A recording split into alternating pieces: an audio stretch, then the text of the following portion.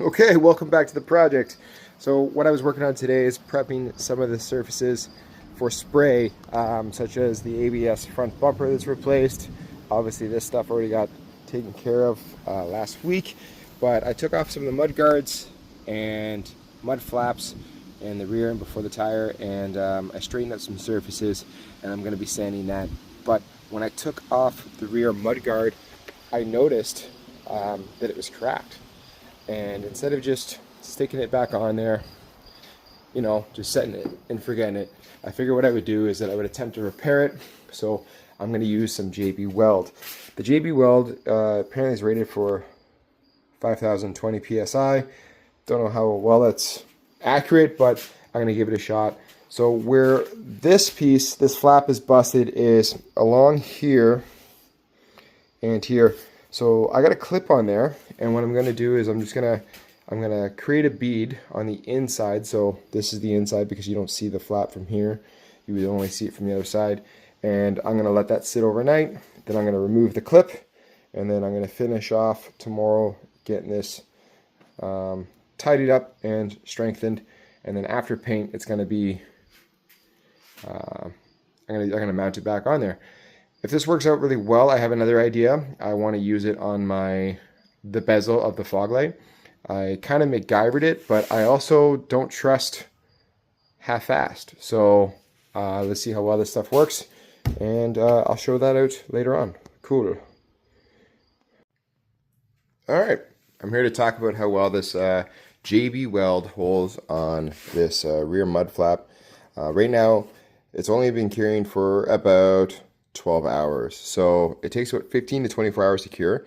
And I noticed it is on the second coat, and here it is slightly a little bit soft. So I'm gonna let that sit for a little bit longer, but I threw 2 coats on there, and I'm honestly, I'm not too concerned. I'm pretty sure it's gonna hold. So JB Weld all the way. I talk about a couple of things I use to sand down the Toyota. So right here, I got a air-powered die grinder. This thing is honestly pretty sweet for getting in the nooks and crannies. If you're going to be sanding a trailer hitch or anywhere that there's a lot of fine angles, you're going to want one of these. For 200 bucks Canadian Tire, I got the 5-inch orbital sander, and I just grabbed some pads there that are pretty cheap. I actually put that on wrong. It doesn't matter because I was doing it outside. But if you put these on there, you're supposed to line up the holes. Yeah. Next thing is I just grabbed this kit off Amazon. I think it was 40 bucks, and I grabbed it in between doing the headlight restoration because I knew I was going to use it, and as well as going to use it for doing different parts of the Rav4. So you start off with 60 grit all the way up to 3000. It's not a bad bit. Do I got a name here? Yes. Right on. Comes with some polishing pads. But yeah, so JB Weld thing held up. I'm going to give it a try on the headlight bezel. And I understand that you're not going to apply some of this stuff, like, you know, applying the epoxy resin or doing a lot of stuff. I only have one hand and a cell phone, so this is kind of like a play-by-play of how I'm doing things. And maybe in the future, things will change, but right now, you're just going to have to see it in stage by stage.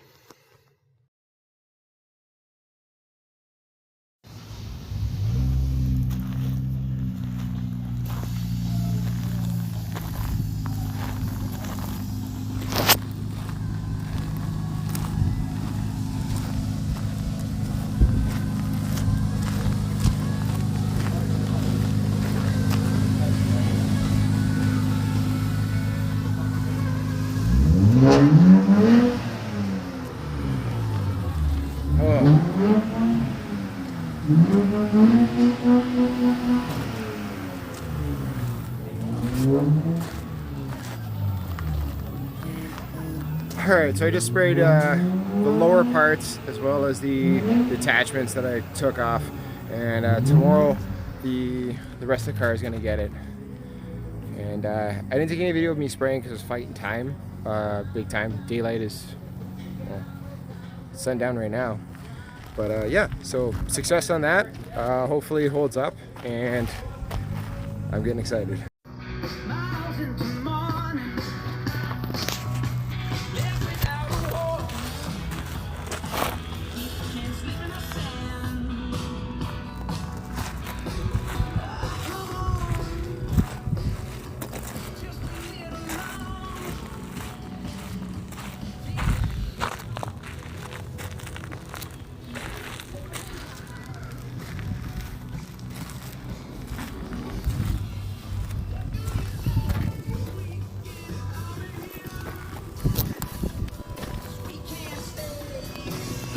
Welcome back. We're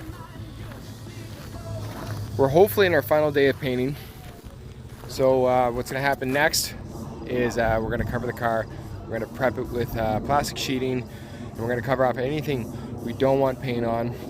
And then hopefully you're going to see some footage of me actually applying the Raptor liner to Dora. And eventually we're going to piece it back together. But there has to be some time between flash offs, recoats, and then letting it sit. And then after it sits for an hour, it's okay to touch at that point, but 24 hours will give it its best adhesion before you actually start messing things together. I'm hoping that the skies stay as clear as they can. Right now it's about 3 o'clock, and so I got about 4 hours of good work time left before things start getting a little dark. But either way, is that some time has to sit there before it accepts any moisture. It was calling for rain tonight, and I'm betting that it's not going to rain, but I said it out loud. Shouldn't have said it. Damn it. Either way, is that it's going to have to cure before any sort of real knocking around, so before I put it back together. But luckily I have the shop here. So where I'm working right now is it's a place that's on a property that allows me to do this. And when you're doing a project like this, you got to take into account of your weather, your wind, humidity, and if you can't, then obviously you want to work inside. I'm not going to be working inside because I don't want to disturb anyone else's projects with the smell or the potential of overspray. Luckily the Raptor liner doesn't have a lot of overspray. It's very thick, but you're still spraying something. So before anyone else gets here, I'm gonna take the time. I'm gonna prep the car, and we're gonna get back, and you'll see after that. Yeah, but really, when we take a look at this, it actually turned out very good. So that's the finish I wanted. It looks off pretty good. It flashed out really well. Flash off is a term that when you coat something, you'll notice that it looks a little shinier in certain spots compared to others. I definitely saw some.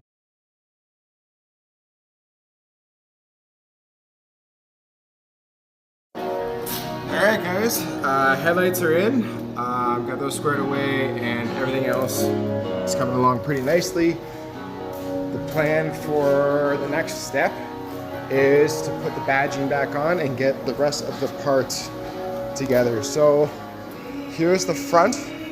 I gotta reassemble that. I already assembled it once and took it apart because I just wanted to make sure that everything was a good fit before I start painting, because hey, that would suck if I had to get a new piece because things didn't work.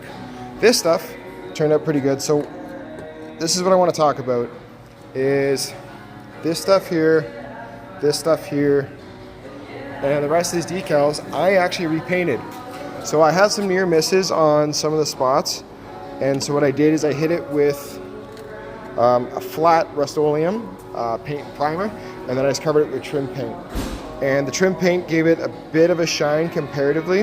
So if we take this and we put it right next to this, you do see a bit of a shine. Not much, and I don't mind it. So I'm gonna let that, I'm gonna call that a win. And then the rest of the stuff is gonna come together, and then I can put the bumper back on the Toyota.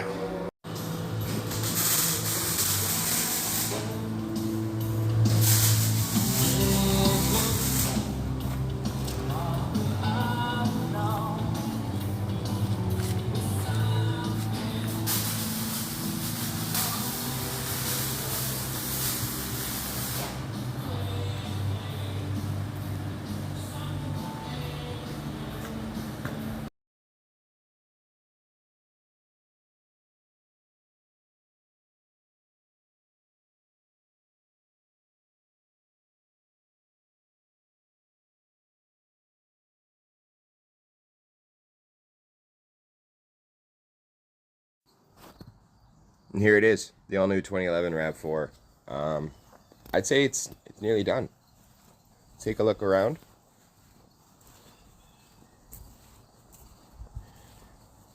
So that is 3 coats on the body, mainly the doors, the hood, and the roof of the Raptor gunmetal gray. I did just over 3 coats on the body moldings and the trim of the Raptor Black. What really took time on this project was putting the body together. Underneath is the underbody. I had to get that, so I got that from eBay Motors, and then I put that together to make sure it fits with the transition piece just underneath the bumper there, and then the bumper itself, as well as, you guys saw me do the headlights. The grill, I did actually repainted that, and I did a matte finish on that. I wanted a bit of a contrast there. Now, I just got a little bit of rain, but realistically, that's, I'd say, a pretty good turnout. Put new window louvers on there, or whatever you call them, the window trim pieces. Those other ones were busted. And the last thing I gotta do is I'm gonna wrap these taillights. I tried wrapping them once when I was in the shop. Didn't quite work out. I didn't get the perfect finish that I wanted. So I took the wrap off, and I'm gonna try that again. But